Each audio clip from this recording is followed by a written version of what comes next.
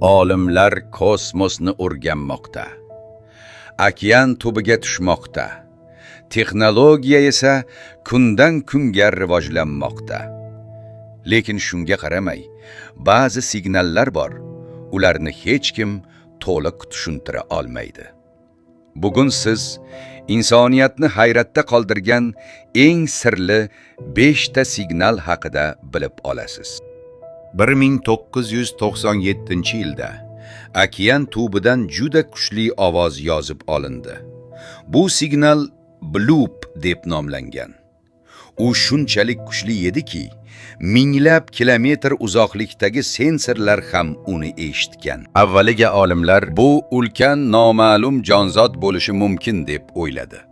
Chunki bu darajadagi ovozni oddiy hayvon chiqara olmaydi. Keyinchalik ba'zilar buni muzlarning yorilishi bilan bog'lashdi. Lekin hali ham bu signalning aniq manbasi noma'lum. 1977-yilda esa kosmosdan g'alati signal kelgan. U atigi 72 soniya davom etgan, lekin juda kuchli edi. Olim bu signalni ko'rib hayratdan "Wow" deb yozib qoldirgan.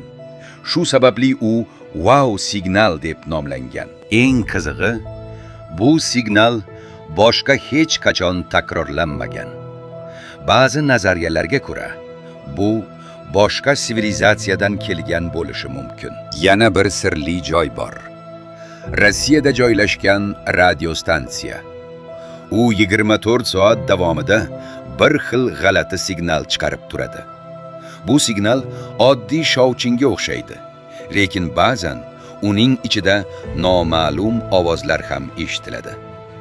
Eng qo'rqinchlisi, hech kim bu signalni kim uzatayotganini bilmaydi. Ba'zi odamlar bu harbiy loyiha desa, boshqalar buni sirli tizim deb hisoblaydi.